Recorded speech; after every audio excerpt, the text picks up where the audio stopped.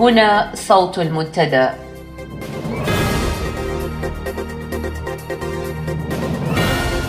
صوت المنتدى بث إذاعي يأتيكم يومي الأربعاء والسبت من كل أسبوع، ومن الساعة 8 إلى 9 مساء أيام الأربعاء، ومن 9 إلى 10 مساء أيام السبت بتوقيت إريتريا.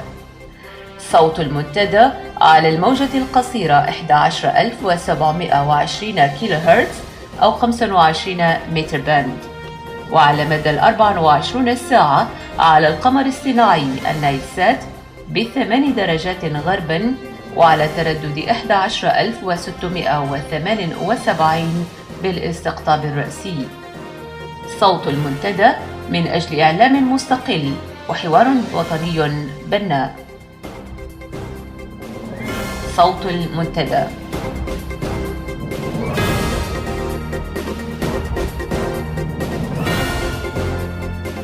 أعزائي المستمعين، مساء الخير.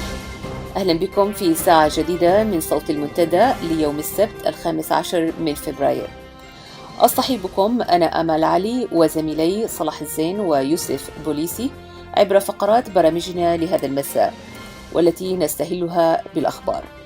يصطحبكم بعد ذلك صلاح الزين في قراءة لجوانب من تقرير منظمة Human Rights Watch حول الإتجار باللاجئين الإريتريين في شرق السودان وشبه جزيرة سيناء، وعرضا صوتيا لبعض شهادات ضحايا هذه الظاهرة الإجرامية.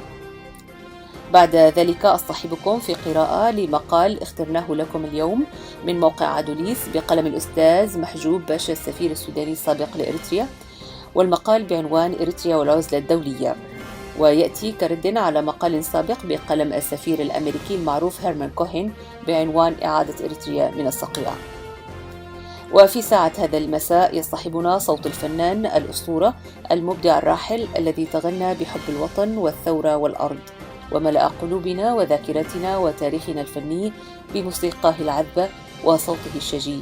إنه الفنان الكبير يماني باريا. أتمنى لكم متابعة طيبة وأهلا بكم.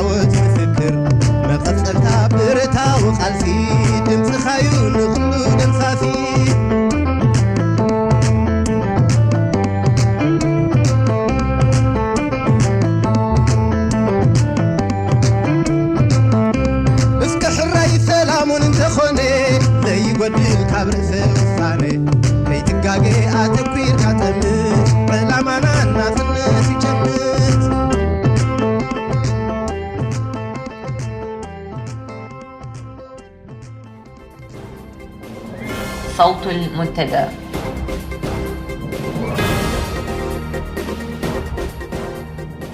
في عناوين النشرة لهذا المساء: مراسلون بلا حدود، إريتريا أدنى دول العالم في حرية الصحافة.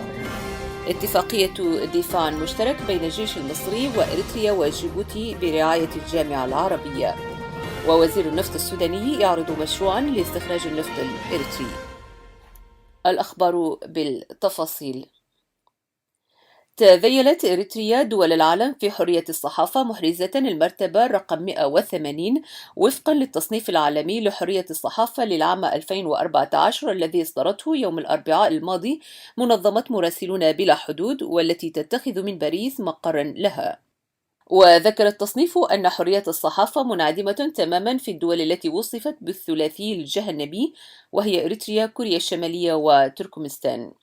بينما حافظت فنلندا على موقعها في الصدارة حيث تعتلي قمة الترتيب للعام الرابع على التوالي، وتأتي بعدها كل من هولندا والنرويج على غرار طبعة العام الماضي. ويؤكد المؤشر السنوي لحرية الصحافة الذي أطلق عام 2013 تراجعا مهولا في حق الإبلاغ والحصول على الأخبار على المستوى العالمي، حيث ارتفع المؤشر من 3395 إلى 3456، أي بزيادة قدرها 1.8%، مما يعكس تدهورا طفيفا على صعيد حرية الإعلام بين نسختي 2013 و 2014 من التصنيف العالمي. واعتبر هذا المؤشر أداة تحليلية للأداء العام في كل بلد من البلدان التي يشملها الاستقصاء، والذي كانت نتيجته واضحة بشكل لا غبار عليه. ففي المنحنى البياني الخاص بالمناطق يظهر المؤشر أن الوضع متدهور في كل القارات باستثناء آسيا حيث يميل إلى الاستقرار. ويذكر أن إريتريا تقوم منذ سنوات طويلة بعمليات اعتقال واحتجاز للصحفيين في أماكن مجهولة دون توجيه تهم قانونية محددة إليهم أو السماح لذويهم بزيارتهم والتعرف على أحوالهم. وعلى الرغم من مطالبة العديد من المنظمات المعنية بحقوق الإنسان الحكومة الإريترية إطلاق سراح الصحفيين والمعتقلين السياسيين أو توفير محاكمات قانونية لهم، إلا أن هذه المطالب لم تجد الأذان الصاغية. أفادت مصادر عسكرية وجود مساع مصرية لتوقيع اتفاقية دفاع مشترك مع عدد من دول الجامعة بالقرن الإفريقي، وعلى رأسها جيبوتي وإريتريا والصومال. وأكدت تقارير المصادر العسكرية لصحيفة الحدث اليمنية يوم أمس الجمعة أنه وفقا لاتفاقية الدفاع المشترك المزمع عقدها سيتم استخدام القواعد العسكرية لتلك الدول من قبل الجيش المصري، ويتم أيضا التدخل العسكري المصري لحماية تلك الدول من أي اعتداء خارجي بموجب الدفاع المشترك. وتنص الاتفاقية على قيام مصر ببناء قواعد عسكرية لحماية جيبوتي وإريتريا من أي اعتداءات، ومواجهة التدخل العسكري الغربي باعتبار تلك الدول الأعضاء بالجامعة العربية. وأكدت تقارير أن الجامعة العربية ستقوم بضم إريتريا لعضويتها قريبا باعتبار إريتريا تشغل منصب مراقب بالجامعة العربية. الخطوة معتبرة إياها تهديدا للأمن القومي المصري، كما سيجد فيها الرئيس الإريتري متنفسا في بحثه الدؤوب عن مناصرين لتنفيذ أعماله العدائية سواء ضد شعبه أو ضد شعوب المنطقة وفك عزلته الدولية على الأقل فترة وجيزة. أعرض وزير النفط السوداني مكاوي محمد عوض في زيارة له إلى إريتريا أواخر شهر يناير الماضي دعم السودان وتمويله لعمليات استخراج النفط في إريتريا، وذلك في المنطقة البحرية المعروفة بالجرف القاري على امتداد السواحل الإريترية وعلى بعد حوالي 250 كيلومتر من نقطة البر، بالاستناد على الاستكشافات والمسوح التي جرتها في وقت سابق، وأكدت وجود البترول في البحر والسواحل والجزر الإريترية. وقد وافق النظام الحاكم في أسمر على العرض دون إجراء دراسة جدوى للمشروع، معتمدا على تأكيدات الوزير السوداني على قدرة بلاده المالية ووجود الخبرات اللازمة لإنجاح عمليات التنقيب بالاستعانة بشركات صينية وإيرانية. هذا وأعرب مراقبون وخبراء اقتصاديون إريتريون عن خشيتهم من التكلفة الباهظة التي ستدفعها إريتريا في المستقبل جراء هذا الاتفاق، والذي يمكن طرفا أجنبيا بطرق ملتوية من استخدام الثروة النفطية الكامنة تحت الأرض دون منافسة كبريات الشركات المعروفة في سوق النفط العالمي. والجدير بالذكر أن العرض السوداني لاستخراج البترول في إريتريا لم يشمل بناء مصاف أو مستودعات، وذلك لوجودها في مناطق قريبة من إريتريا داخل الأراضي السودانية، حيث البنية التحتية للمنشآت البترولية السودانية من مصاف ومستودعات بنيت بكاملها في الشمال السوداني وفي مناطق على البحر الأحمر، وستكون الخسائر عليها كبيرة إن لم تستخدم. وبهذا نأتي إلى ختام النشرة.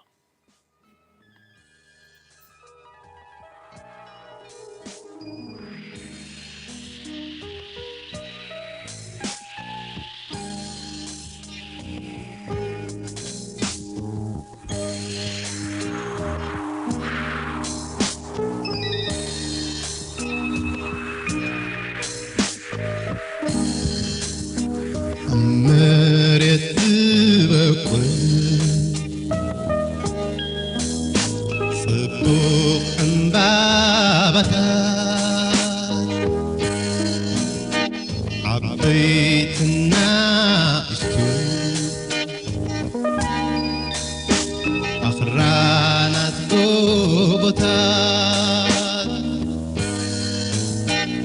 رئي خيف القبر نايحة قصة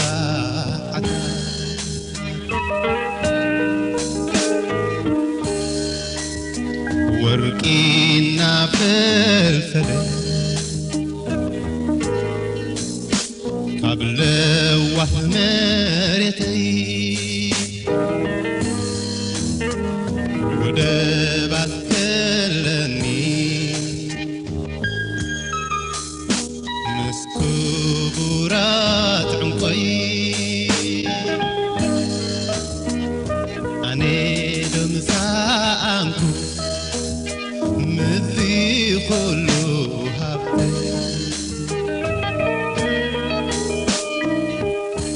ذي هثث برهان ذي دب صاحي بعينة وأكل أفتقم ثرناي أفتلملم مريت فالفري ثوري ماي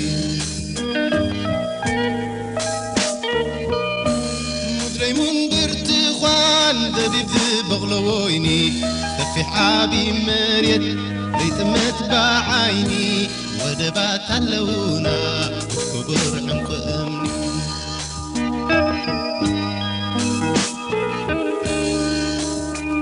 صلوها معار ولا لا أبقد مينا تحلبي أبتامي ومريتي عم بابا تقول بيبي أني دمت مخو قدم برخي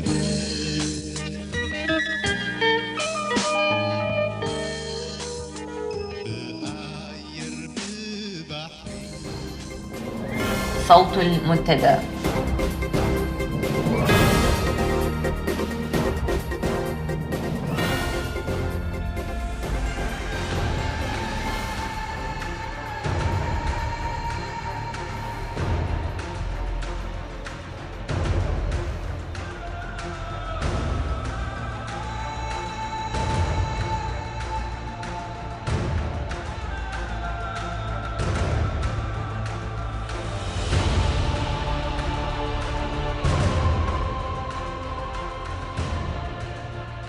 المستمعون والمستمعات الأكارم، السلام عليكم ورحمة الله وبركاته.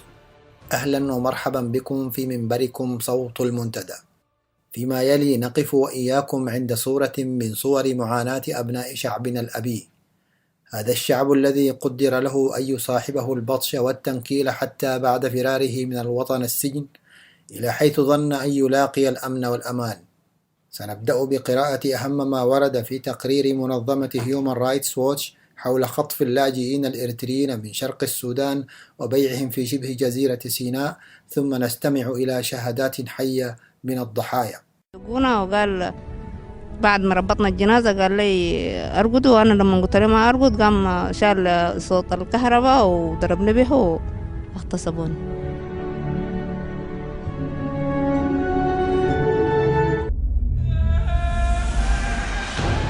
ذكر تقرير Human Rights Watch الصادر في 11 من فبراير الجاري أنه ومنذ عام 2009 تم خطف آلاف اللاجئين ومعظمهم من إريتريا في شرق السودان وبيعهم للمتاجرين بالبشر في شبه جزيرة سيناء المصرية، حيث يتم احتجازهم وتعذيبهم حتى يتمكن أقاربهم من جمع عشرات الآلاف من الدولارات لدفع الفدية.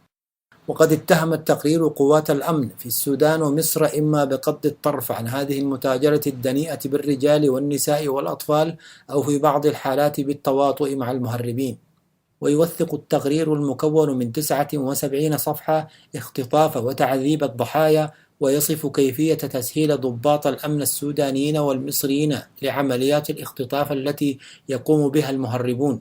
وتعتقد Human Rights Watch أن رجال الشرطة وحرس الحدود على حدود السودان الشرقية مع إريتريا بالقرب من مدينة كسلا يعترضون اللاجئين الإريتريين بشكل منتظم ويقومون بتسليمهم إلى المهربين، في حين يسمح مسؤولون أمنيون للمتاجرين بالبشر وضحاياهم بالمرور عبر نقاط التفتيش الواقعة بين السودان وقناة السويس في مصر.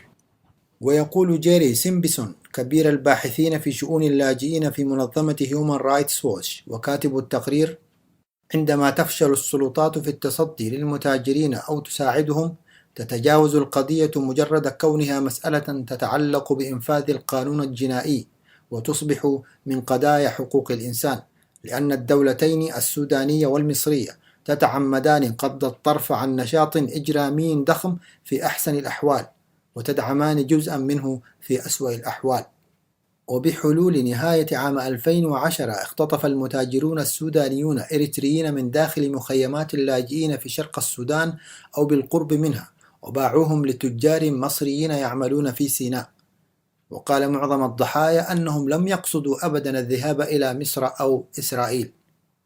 هذا ويقول تقرير هيومان رايتس ووتش أنه أصبح أمرا شائعا القبض على ضحايا الإتجار بالبشر من قبل حرس الحدود المصريين بعد إنقاذهم من المتاجرين، ثم احتجازهم لعدة أشهر في مراكز الشرطة في شمال سيناء حتى يتمكنوا من دفع مصاريف السفر إلى إريتريا أو إثيوبيا. وأن السلطات المصرية في واقع الأمر تحتجز الناجين من ضحايا الإتجار كرهائن للمرة الثانية وتعرضهم للاعتقال التعسفي لأجل غير مسمى حتى يتمكن أقاربهم من توفير المال اللازم لشراء تذكرة السفر التي تضمن الإفراج عنهم وترحيلهم من مصر، كما يتم حرمان المعتقلين من الحصول على الرعاية الطبية الكافية لإصابتهم وإجراءات طلب اللجوء.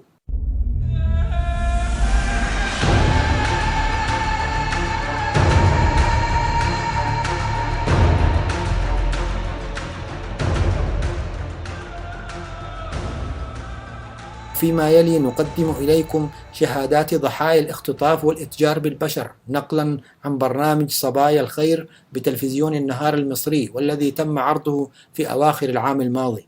هنشوف مع بعض دلوقتي الأفارقة اللي جم من إريتريا وأثيوبيا عن طريق رشايدة في السودان لسيناء، وبيتم تعذيبهم عشان يطلبوا فدية من أهاليهم. وشيخ القبيلة اللي هنشوفه دلوقتي اللي بنحييه طبعا اللي هو من أهالي العريش.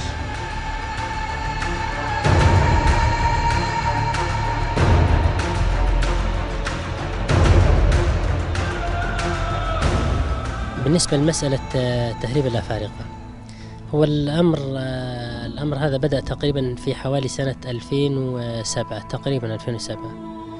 بدأنا نسمع سمعا إن فيه أفارقة يعبرون الأراضي المصرية إلى سيناء إلى الكيان الصهيوني. ثم عندما سمعنا بهذا الأمر مجرد سمع، ما كنا نعلم شيء عن الواقع الذي يحصل، لأنهم كانوا يخبؤون في مخازن سرية لا أحد يعلم عنهم شيء. حتى في يوم من الأيام فر أحد هؤلاء الأفارقة من هذه المخازن، وعندما فر من هذه المخازن وعبر وجدناه صغيرا في السن، ووجدناه أنه قد تعرض للتعذيب والقتل والتجويع، يعني تعرض للأمور صعبة جدا.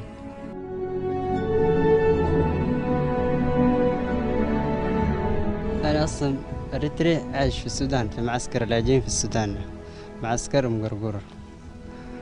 فجيت سينا بجبر، يعني إحنا ما شغالين في مزارع، جونا ناس يقول لهم رشايدة، يجوك 6-7 أنفار سوا، معهم صواطير وسيف وعسايات، معهم كلاشات، وهنا بيجوا يقتلوك بيربطوك بيرموك في العربية زي الغنم زي البهايم، يربطوك يودوك على الخلا تحت شجرة، يربطوك في الشجر. لا من بتتم لهم نقلة كاملة حوالي 10 نفر 12-15، لا من عربية. لما تمل العربية بياخذوا الزوج بياخذوك على سينا جبل، يقول لك احنا حنوديك سينا وبتحول ولا هنا طريق البر، يعني في الصحراء ما في هنا. في أول شيء إحنا من كسلة، هم أول ما يقبضوك في المزارع، ما إحنا نشتغل في أي مزرعة في هنا في حلف، في منطقة حلفة كنا شغالين في مزرعة. جونا في المزرعة، أخذونا من حلفة، أخذونا من المزرعة، جونا كم نفر كده وأخذونا من المزرعة، فجابونا الصحراء، جابونا كسلة، من كسلة في الصحراء كده في هنا في محل كلها صحراء تبع كسلة، تبع ولاية كسلة الصحراء في السودان. فربطونا تحت شجر كده لمن يتم له النقلة من هناك طوالي، بياخدوك بعربية في البر، يجيبوك هنا لمن يفصلك سين.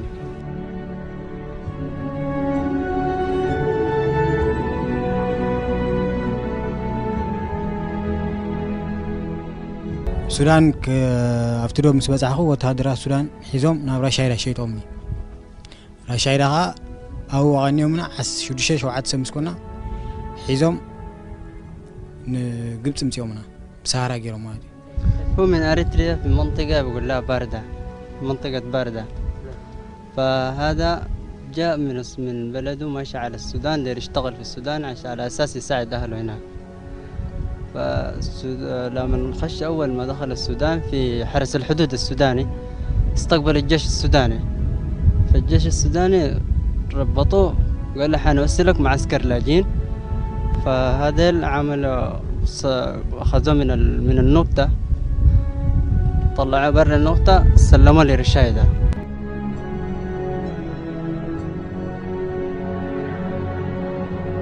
قاب قضاء كصريح يعني سودان فايدة، سودان تقايدوها قاب حفير رشايدة وسيدني رشايدة خا تقاطيدني سنسلة قديرة كله غري كلهم تأثيره وقال كلهم تقاطيدني أبوها أبدوني أبوها رشايدة أبدوني تشيده دهريوه تعود رشايد عبد الله تقاطيد النيل كلهم دهريوه شيخ محمد عبدين.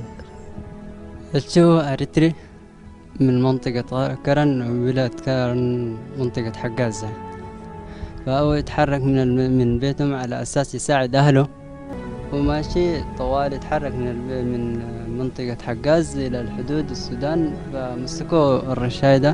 هو أصلا جاي من هناك يشتغل في السودان مثلا، جاي على أساس بيساعد أهله هنا، وما عنده فكرة إنه يجي إسرائيل. لا من حرس الحدود أصلا هو جاي طلع من الناس على أساس حرس الحدود يسلموا معسكر اللاجئين في السودان. ما يتوقع حرس الحدود يعمل كده أصلا. فلما جاء الحرس الحدود أخذوه سلموا على نفس النوعي، أخذوا من النقطة، قال له إحنا حنوصلك المعسكر. فاستقبلوا في الطريق الرشايدة، هم أصلا عندهم اتفاقيات من زمان، استنوا في الشارع وأخذوه ربطوه وضربوه، لمن وصلوا الخلاء بتاع هنا ربطوه في الشجر على طول جابون هنا. هم في بداية الأمر كانوا بيأتوا وهم راضين، لا أحد يجبرهم على شيء، كان يأتي مقابل قليل من المال يعطيه للمهرب، ثم يعبر إلى الكيان الصهيوني، يعبر يعطيه مثلا $300 $400 $500 مثلا بيعطيه، فالمهرب بيأخذ المبلغ وبيكون فرحان به. وكذلك الفريق الإريتري أو الأثيوبي بيعبر إلى الكيان الصهيوني وهو فرحان لأنه حقق الهدف الذي جاء من أجله، فكان بيأتوا وهم راضين. ثم تطور الأمر بعد ذلك إلى أن أصبحوا يطلبون منهم أموال زيادة، يعني أصبح بدل ما يطلب منهم مثلا $500 أصبح يطلب منه $1000. فأصبح الفريق يمتنع لأنه لا يجد شيئا، حقيقة هو لا يجد شيء حتى، وليس عنده مال حتى يعطيه لهؤلاء. هو فر من الفقر والجوع والاضطهاد والظلم، فر من كل هذه الأشياء ليعبر ليعمل ويحاول أن يحصل على قليل من المال. فلما بدأوا يطلب منه هذه الأموال أصبح لا يستطيع أن يلبي طلباتهم، فبدأوا معه مراحل التعذيب، ومن هنا بدأ التعذيب. بدأ يبدأ معه بالتجويع، فبدأوا يحولون الأموال، فبدأ المبلغ يتصاعد حتى وصل الآن إلى مبالغ $30,000 وأحيانا $40,000 أن يفرج عن هذا الإفريقي. مقابل يتصل بأهله ويقول ابنكم عندي، أن يفرج عن هذا الإفريقي ولن أتركه أبدا. يتصل بأهله ويقول ابنكم عندي إلا أن يدفع هذا المبلغ $30,000 مثلا. طبعا يمر في هذه الفترة بمراحل التعذيب ولن أتركه أبدا. يمر بالحرق بالبلاد إلا أن يدفع هذا المبلغ $30,000 مثلا. طبعا يمر في هذه الفترة بمراحل التعذيب، ستيك، توصيل، يمر بالحرق بالتيار الكهربائي. حالات لا دين ولا منطق ولا عقل يرضى بهذا الأمر. طبعا أصبح يحرقونهم كما قلنا بالبلاستيك، الكهرباء، الضرب الشديد، وتحت تأثير الضرب يعطونهم الهواتف حتى يتصلوا بأهليهم وهم تحت تأثير الضرب، حتى يستعطفوا أهليهم ويحولوا الأموال. فعلا أهاليهم بدأوا يخافون على أبنائهم، فأصبح يذهب ويتسول على أبواب المساجد وغيرها وعلى جيرانهم. حتى أني سألت أحدهم قلت كيف أنتم أتيتم بهذه الأموال إلى هؤلاء المهربين؟ قال والله بعنا كل ما لدينا، بعنا منازلنا، بعنا البقر الذي عندنا، بعنا كل شيء حتى نستطيع أن نوفر لهم هذا المال. أول أساس وأنا جيت من أريتريا أنا صغيرة، ما بعرف، عمري زي 12 سنة ولا 13 سنة، وجيت في السودان وكبرت في السودان وتزوجت في السودان وولدت في السودان. وكنت منطقة اسمها شجرة فيها معسكر بتاع لاجئين وقاعدة فيها كنت حسي. ومشيت عندي مريض دار أمشي المستشفى أزور المريض ومارقة من المستشفى، الرشايدة قابلوني جنب المستشفى وخطفوني، ركبوني العربية وجابوني قعدوني في غابة كده ضيقة 4 يوم، ساجننا مربوطين في رجولنا بجنزير، ومنه جابوا لنا عربات وجابونا لسينا. طبعا لما جابونا هنا مربوطين 4 شهور في الاسم شنو، يدقوا فينا وحولوا قروش، قاعد لنا يوم كده من الأيام في زول مات وجابوه جثة وخطوه جنبنا وقال لنا تعالوا ربطوا الجنازة دي، وقاعد نربط في الجنازة. وقام واحد من الناس اللي قاعد يدقونا وقال بعد ما ربطنا الجنازة قال لي أرقدوا، وأنا لما قلت له ما أرقد قام شال صوت الكهرباء وضربني به واغتصبوني.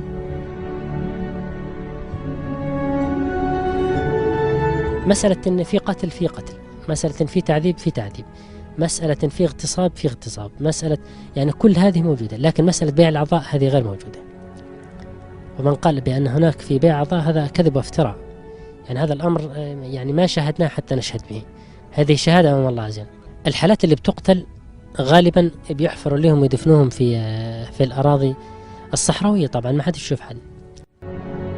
أنا من إريتريا، قمت دخلت على السودان. لما دخلت على السودان عندي له 7 سنة ولا 8 سنة عندي في السودان، وقمت ولدت فيه، وطبعا عندي تنيات في السودان. قاعدة في السودان، مشينا دخلنا هناك في الشجرات كنا يعني في الشجرات كنا، من الشجرات مشيت عند مريض كان نفس اللي هنا، مشيت عشان أشوف مريض، ومن المستشفى نحن مارقين كده قاموا أخذونا الرشايدة، شالونا الرشايدة وخطفونا، جابوا خطونا في القابات، قاموا ربطونا رجلنا وهنا منو جينا على طريقة للسينة، طريقة على البحر جينا. حالة تعذيب كعب، مرة واحد يعذبوك ويقوموا كرعينك يخطوا فوق راسك ده تحت، ينقطوا فيك هنا ده الجريكانات ويدقوا، لا يقولوا مرة لا يقول راجل لا يقول هنا، بس دق مرة واحد فيه عذاب فيه، لا يعرفوا كبير لا يعرف صغير، بس يدقوا دق عذاب هنا مرة واحد فيه. ويهو الشيخ محمد كمان ختار خير وبارك الله فيه، كمان مرقنا من نلحق ونقزنا. نحن نشهد الله عز وجل أننا ما قمنا بهذا العمل إلا لله سبحانه وتعالى، لا ابتغينا من هذا العمل يوما لا جاه ولا سلطة ولا مال ولا غير ولا غير، ما قمنا بهذا العمل إلا ابتغاء وجه الله سبحانه وتعالى. حررناهم بفضل الله عز وجل ثم أتينا بهم. لما أتينا بهم نحن فجعنا من أثار التعذيب الموجود عليهم.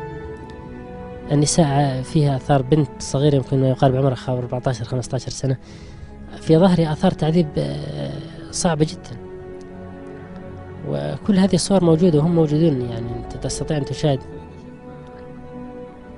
كانوا مسلسلين من أقدامهم بجراير حديدية أو جنازير حديدية في أقدامهم حتى لا يفرون. يعني كان هم يقيدون بصورة يصعب معها الهروب جدا. ما يقولوا يسووك عرايا، يسووك عرايا متي، يخطوك متي، لا يقول هنا أقل البنات الأولاد ذات يقولون البنات يخطون عرايا بس يوقفونا متي وزي ما أمك وانتتك ويوقفوك ويقوم يجلدوك. لكن ننوه على أن هؤلاء قلة قليلة لا يمثلون شيء في أبناء سيناء. وإذا سلمنا بقول الشيخ محمد بأن هؤلاء قلة قليلة، فما بال الحكومة المصرية وسلطاتها الأمنية لا تحرك ساكنا وجرائم بشعة في حق أناس أبرياء ترتكب في أراضيها على يد هذه القلة القليلة. الشيخ محمد فاعل خير ما شاء الله، الله يخليه. طواله بيجيب لنا غيارات بعد كل أسبوع، بغير لنا ملابس، بيأكلنا أحسن الوجبات وأحسن هنا. إحنا أصلا ما كان متوقعين في ناس، لما شفنا الناس دي إحنا ما قايلين في ناس كمان زيهم. ونحن أيضا نتقدم من الشيخ محمد المنيري بالشكر لكل ما قام به ويقوم به هو والشرفاء من أبناء قبائل سيناء لتخليص الأبرياء من قبضة المجرمين المتاجرين بأرواح البشر. كما نذكر الرشايدة بالعواقب الوخيمة للجرائم التي يرتكبها أبناؤهم في حق أطفالنا وشبابنا ونسائنا، آملين أن يكون بين الرشايدة رجل رشيد ينذر قومه بحجم المخاطر التي تنتظر عيشهم المشترك بسلام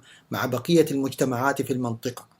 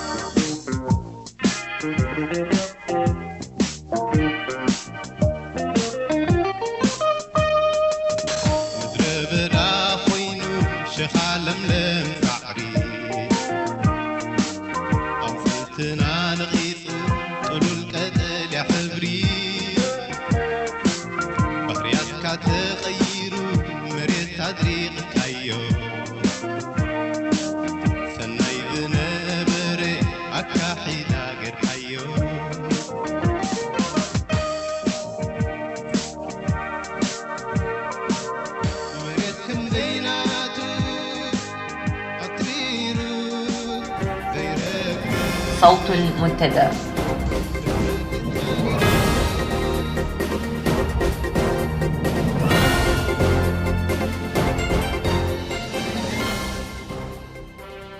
يماني بهوت ملس انت تبل نحان تدقيق انت تقلقل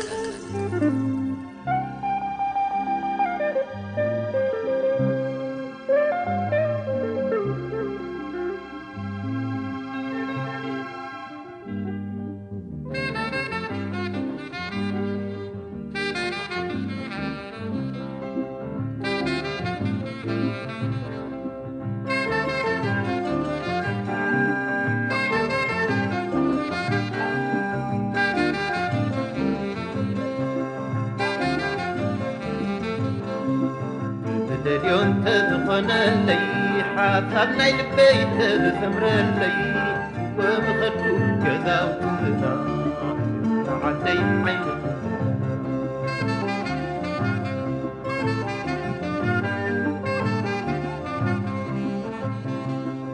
بدليون تغنى لي حافظنا البيت ثمر لي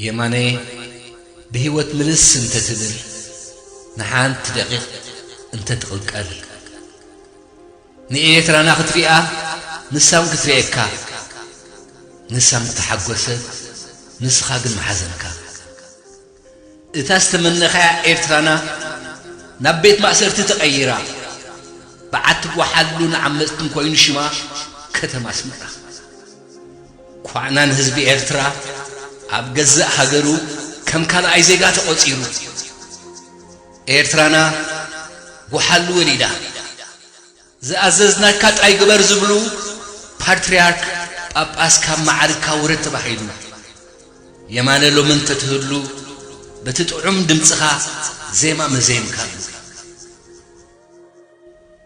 ناتنت نبارنت تغيرو من اسي برها خوينو سفرو مس انسسا زغدام مس وخارو ايسو انت زري انتايم بلنيو زارا صوري ماي حرنت دفريسو جغنا كبابارنت لبيسو ادسو كبرات غايسو كتبل ملكعه دمسيسو زيت صبيتو رخيبا كبرات منطيلو حذرسو ات دفدفاويان تچويو زحتيلو ناتنت نبارنت تغيرو من اسي برها خوينو سفرو مس انسسا زغدام مس وخارو ايسو انت زري انتايم بلنيو غيزي نويحو حزبي دمصخا نافيقو حزينو زصنانعو زدبسو سينو نبرا من اسي نبرا اباي كوينو جغنا امحيو سفيرو فتحي تساينو ناتنت نبارنت تغيرو من اسي برها خوينو سفرو مس انسسا زغدام مس وخارو اي يمان انت زري انتايم بدنيرو يماني املاح ابيتو يقبلكا ابتزلخايو عرفتي يخون عخا نزخري يماني حدار حمشت خطشحن حمشتن كابدلاي سلام حوخون كابسمرا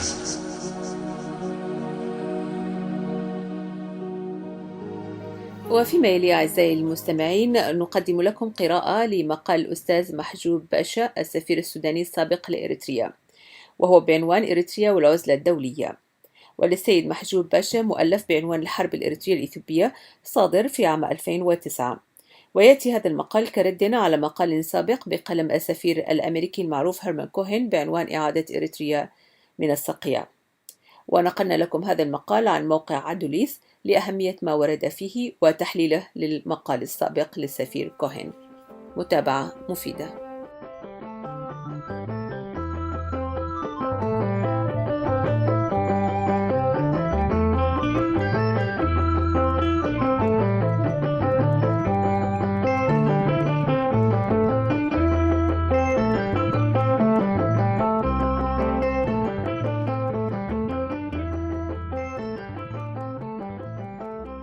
حملت مواقع الإنترنت بتاريخ 16 من ديسمبر الماضي مقالا للسفير الأمريكي المعروف هيرمان كوهين يدعو فيه لترتيب الأوضاع في القرن الإفريقي بحيث يتم استيعاب إريتريا مرة أخرى ضمن مجموعة دول المنطقة. ويتناول المقال كما هو متوقع بصورة أساسية العلاقات الإريترية الإثيوبية.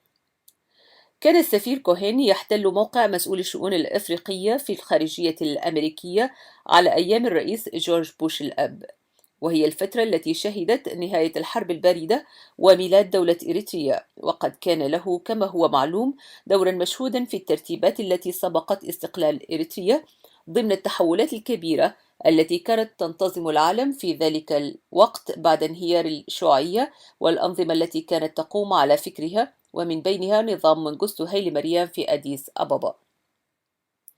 يدعو مقال السفير كوهين في مجمله للسعي من أجل عودة إريتريا للمجتمع الدولي، أي الولايات المتحدة، بعد فترة قطيعة استمرت منذ عام 1998 بسبب حرب الحدود بينها وبين جارتها الجنوبية إثيوبيا وموقف إريتريا من الحرب الأهلية في الصومال. الجدير بالذكر أن السفير كوهين يدير في الوقت الحالي شركة للعلاقات العامة، وليس من المعروف إن كان المقال جزءا من حملة إريتريا لتحسين صورة البلاد في الولايات المتحدة أم أنه مجرد مبادرة من جانب السفير.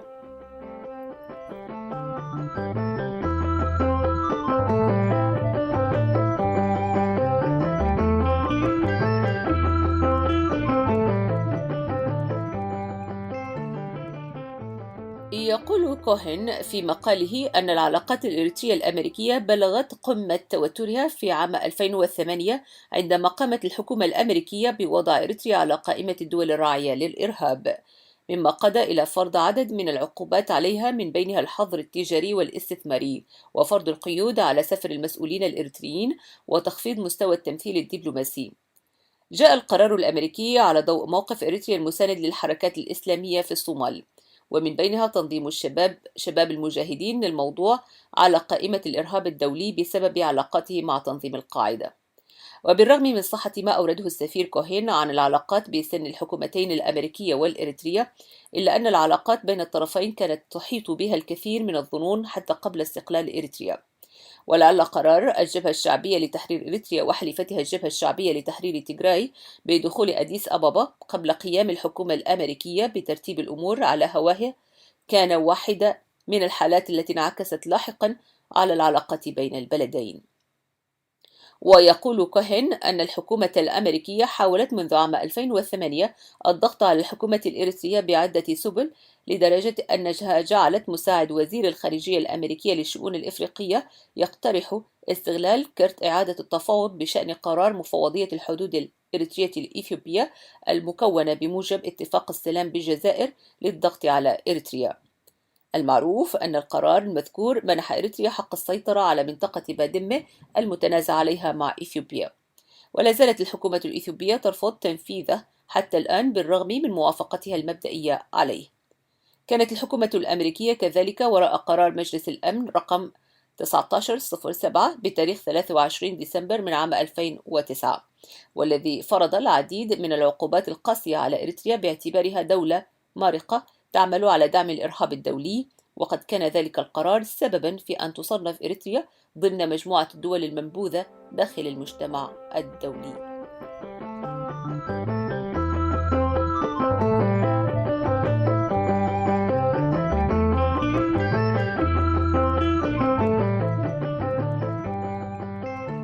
يرى السفير كوهين أنه ليس هناك أي أدلة تربط بين إريتريا وتنظيم الشباب المجاهدين بالصومال منذ عام 2009، غير أن تقارير المجموعة الدولية التي كونت بموجب القرار 1907 لازالت تورد إشارات إلى تهريب السلاح للصومال من إريتريا، وهو ما ظلت تنفيه الحكومة الإريترية بصورة متواصلة.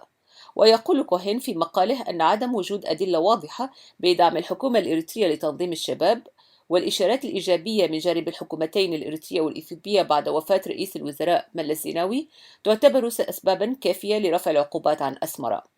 ويرى السفير كوهين أن حلا يحفظ ماء الوجه لكل من إثيوبيا وإريتريا فيما يتصل بالأزمة الناشئة حول الحدود بينهما يتمثل في إعلان إثيوبيا بقبول قرار المفوضية من حيث المبدأ، على أن تبدأ في نفس اليوم محادثات بين الطرفين حول جميع المشاكل التي تعترض العلاقات بينهما. وهو اقتراح نشك كثيرا في أن يجد القبول من الطرفين إلا إذا رافقته ضغوط وحوافز من المجتمع الدولي والولايات المتحدة بصفة خاصة. ويقول السفير كوهين في نهاية مقاله أن التطبيع بين الولايات المتحدة وإريتريا يتيح الفرصة لتعاون عسكري مثمر بين البلدين، مما يساعد بصورة كبيرة في الحرب ضد الإرهاب الإسلامي القادم عبر البحر الأحمر. المعروف أن إريتريا كانت من الدول التي أعلنت عن استعدادها للانضمام لتحالف الراغبين الذي أقامته الحكومة الأمريكية مطلع القرن الحالي تمهيدا ضد الإرهاب الدولي. وقد أشارت الحكومة الإريترية وقتها إلى أنها على استعداد لاستضافة القوات الأمريكية التي كانت تبحث عن قاعدة في المنطقة. وقام السفير الإريتري في واشنطن بحملة دبلوماسية وإعلامية واسعة لتسويق ميناء عصب كمقر للقوات الأمريكية المقترحة، إلا أن الولايات المتحدة اختارت في نهاية أمر قاعدة كام ليمورنير الفرنسية القديمة في جيبوتي لاستضافة قواتها التي لعبت ولا زالت تلعب دورا كبيرا فيما يجري داخل كل من الصومال واليمن. كان من الطبيعي أن يثير المقال الكثير من ردود الأفعال المؤيدة والمعارضة لهذه الدعوة، فقد أيده اثنان من ذهاقنة الدبلوماسية الأمريكية في القارة الإفريقية، هما السفير ديفيد شين والسفير برينستون ليمان، وإن كان قد أشارا في إطار مقاليهما إلى صعوبة تحقيق ما ورد في المقال من مقترحات بسبب العلاقات شديدة التوتر بين جارتين إثيوبيا وإريتريا من جهة، وبين إريتريا والمجتمع الدولي من جهة أخرى. كان ديفيد شين يعمل سفيرا لبلاده بأديس أبابا في الفترة من عام 1996 حتى عام 1999، وهي السنوات المفصلية التي شهدت انزلاق كل من إريتريا وإثيوبيا نحو حرب الحدود التي حصدت عشرات الآلاف من الأرواح خلال 3 سنوات.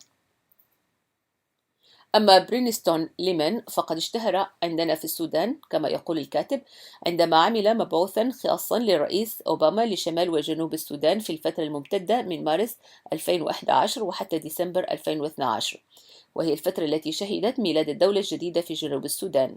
وكان ليمان قد عمل قبل ذلك سفيرا لبلاده في أكبر دولتين إفريقيتين وهما نيجيريا وجنوب إفريقيا. وتدعو مقالات السفراء الثلاث لتطبيع العلاقات الإريترية الإثيوبية باعتبار أن ذلك يمثل البوابة التي يمكن أن تعود عبرها إريتريا إلى المجتمع الدولي مرة أخرى، وتتمكن الولايات المتحدة عن طريقها من السيطرة على منطقة باب المندب وخليج عدن اللذين تتزايد أهميتهما الاستراتيجية مع مرور الزمن، ومع اكتساب المحيط الهندي كشريان بترولي أهمية استراتيجية متزايدة.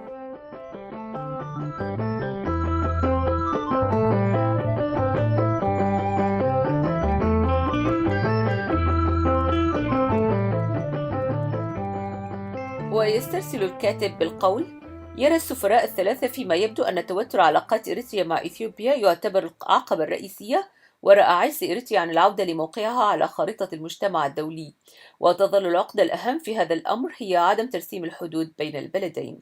ويرى الكثير من المراقبين أن المشكلة نشأت أساساً لأن اتفاق الجزائر الذي كانت الولايات المتحدة تدعمه بقوة لم يتطرق إلى لب الأزمة واكتفى فقط بمعالجة القشور.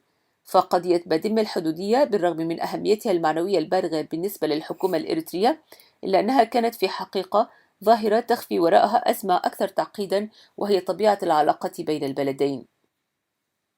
وجاء رد الحكومة الإثيوبية على مقال السفير كوهين عبر بيان طويل مكون من أكثر من 2000 كلمة وصادر عن وزارة الخارجية بأديس أبابا في تاريخ 27 يناير الماضي. لم يؤكد بيان الخارجية أن السفير هيرمان كوهين يعمل لصالح الحكومة الإريترية، ولكن الفقرة الأولى منه ذكرت أنه يدير الآن مكتبا للعلاقات العامة، مما يشير ضمنا إلى أن المقال نفسه وربما تعليقات السفيرين شين وليمان تأتي في إطار حملة إريترية. أشار بيان الخارجية الإثيوبية أيضا إلى أن الحكومة في أديس أبابا كغيرها تتمنى اليوم أن تخرج إريتريا من عزلتها الدولية، ولكن ذلك لن يحدث تحت ظل الحكومة الحالية في أسمرا إلا إذا غيرت من سياساتها. وظلت الحكومة الإثيوبية تكرر هذا الحديث في كل المحاولات السابقة للوساطة، ويقول بعض المراقبين أن ذلك لا يعدو كونه حيلة من طرف الحكومة الإثيوبية لتفادي مقابلة استحقاقات اتفاق السلام بين البلدين، وعلى رأسها الانسحاب من منطقة بادمة التي يقول قرار لجنة مفوضية الحدود بأنها تابعة لإريتريا.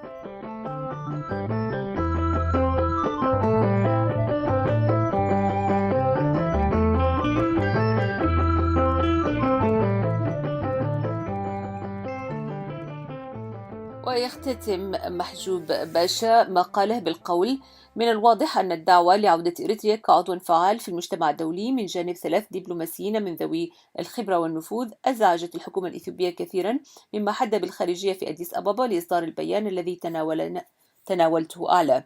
وبالنظر للأحداث الكبيرة التي تشهدها المنطقة ككل والقرن الإفريقي بصفة خاصة، فإن الحديث المتداول عن خطة لإعادة ترتيب الأوضاع قد لا يكون بعيدا عن الواقع. ولا شك أن أي خطوة نحو ذلك الهدف ستشمل كذلك الأوضاع في كل من السودان وجنوب السودان، ولا نشك في أن المنطقة مقبلة على تحركات وتحولات كبيرة في المستقبل، ومن المؤكد أن كل الحكومات في المنطقة تنظر في السبل التي تساعدها في تعظيم مصالحها من أي تحرك قد تقوم به الولايات المتحدة.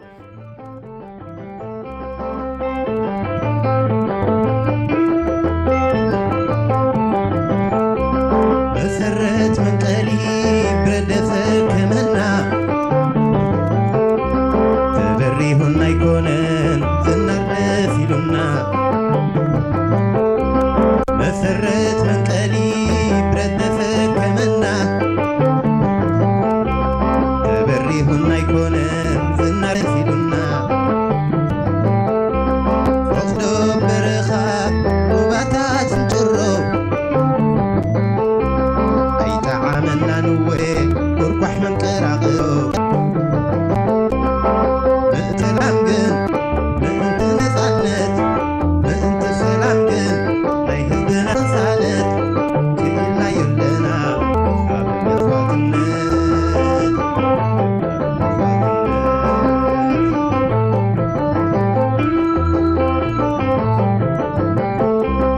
ويلو تلامي أبسن كفر قزي ويلو سلامي أبسن كفر قزي بذلو مدوان أفنى دي مرزي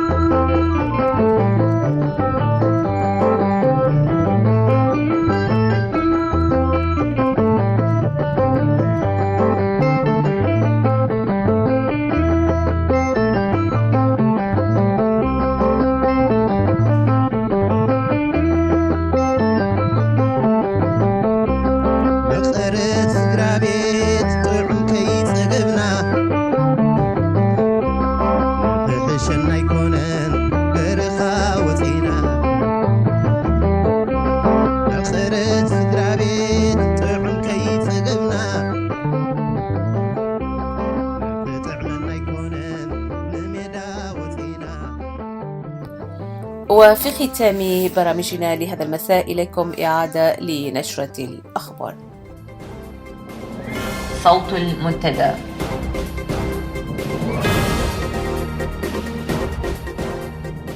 في عناوين النشرة لهذا المساء: مراسلون بلا حدود إريتريا أدنى دول العالم في حرية الصحافة.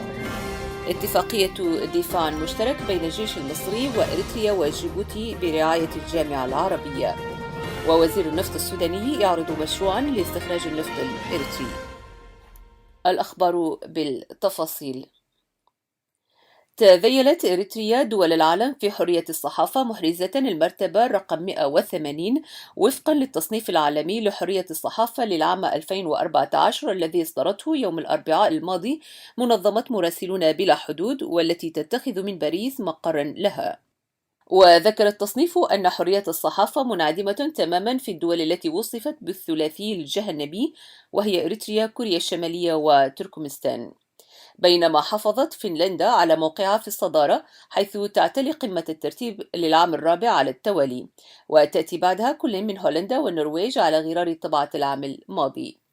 ويؤكد المؤشر السنوي لحرية الصحافة الذي أطلق عام 2013 تراجعا مهولا في حق الإبلاغ والحصول على الأخبار على المستوى العالمي، حيث ارتفع المؤشر من 3395 إلى 3456، أي بزيادة قدرها 1.8%، مما يعكس تدهورا طفيفا على صعيد حرية الإعلام بين نسختي 2013 و2014 من التصنيف العالمي.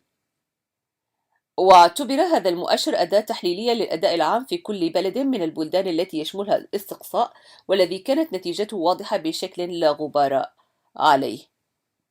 ففي المنحنى البياني الخاص بالمناطق يظهر المؤشر أن الوضع متدهور في كل القارات باستثناء آسيا حيث يميل إلى الاستقرار.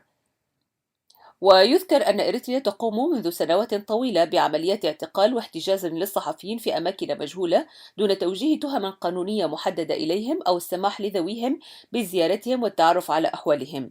وعلى الرغم من مطالبة العديد من المنظمات المعنية بحقوق الإنسان الحكومة الإريترية إطلاق سراح الصحفيين والمعتقلين السياسيين أو توفير محاكمات قانونية لهم، إلا أن هذه المطالب لم تجد الأذان الصاغية. أفادت مصادر عسكرية وجود مساع مصرية لتوقيع اتفاقية دفاع مشترك مع عدد من دول الجامعة بالقرن الإفريقي، وعلى رأسها جيبوتي وإريتريا والصومال. وأكدت تقارير المصادر العسكرية لصحيفة الحدث اليمنية يوم أمس الجمعة أنه وفقا لاتفاقية الدفاع المشترك المزمع عقدها سيتم استخدام القواعد العسكرية لتلك الدول من قبل الجيش المصري، ويتم أيضا التدخل العسكري المصري لحماية تلك الدول من أي اعتداء خارجي بموجب الدفاع المشترك.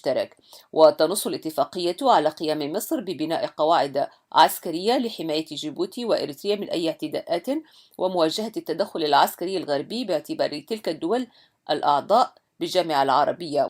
وأكدت تقارير أن الجامعة العربية ستقوم بضم إريتريا لعضويتها قريبا باعتبار إريتريا تشغل منصب مراقب بالجامعة العربية. الخطوة معتبرة إياها تهديدا للأمن القومي المصري، كما سيجد فيها الرئيس الإريتري متنفسا في بحثه الدؤوب عن مناصرين لتنفيذ أعماله العدائية سواء ضد شعبه أو ضد شعوب المنطقة وفك عزلته الدولية على الأقل فترة وجيزة. أعرض وزير النفط السوداني مكاوي محمد عوض في زيارة له إلى إريتريا أواخر شهر يناير الماضي دعم السودان وتمويله لعمليات استخراج النفط في إريتريا، وذلك في المنطقة البحرية المعروفة بالجرف القاري على امتداد السواحل الإريترية وعلى بعد حوالي 250 كيلومتر من نقطة البر، بالاستناد على الاستكشافات والمسوح التي جرتها في وقت سابق. وأكدت وجود البترول في البحر والسواحل والجزر الإريترية. وقد وافق النظام الحاكم في أسمرة على العرض دون إجراء دراسة جدوى للمشروع، معتمدا على تأكيدات الوزير السوداني على قدرة بلاده المالية ووجود الخبرات اللازمة لإنجاح عمليات التنقيب بالاستعانة بشركات صينية وإيرانية. هذا وأعرب مراقبون وخبراء اقتصاديون إريتريون عن خشيتهم من التكلفة الباهظة التي ستدفعها إريتريا في المستقبل جراء هذا الاتفاق، والذي يمكن طرفا أجنبيا بطرق ملتوية من استخدام الثروة النفطية الكامنة تحت الأرض دون منافسة كبريات الشركات المعروفة في سوق النفط العالمي. والجدير بالذكر أن العرض السوداني لاستخراج البترول في إريتريا لم يشمل بناء مصاف أو مستودعات، وذلك لوجودها في مناطق قريبة من إريتريا داخل الأراضي السودانية، حيث البنية التحتية للمنشآت البترولية السودانية من مصاف ومستودعات بنيت بكاملها في الشمال السوداني وفي مناطق على البحر الأحمر، وستكون الخسائر عليها كبيرة إن لم تستخدم. وبهذا نأتي إلى ختام النشرة.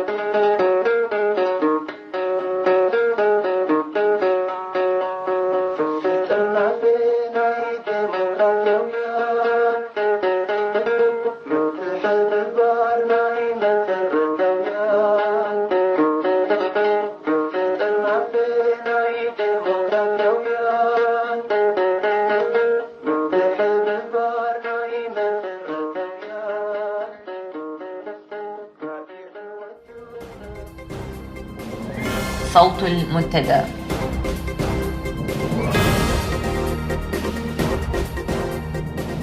وفي ختام برامجنا لهذا المساء مستمعي الأفاضل، نشكر لكم حسن المتابعة، إلى أن نلقاكم يوم السبت القادم في برامج جديدة.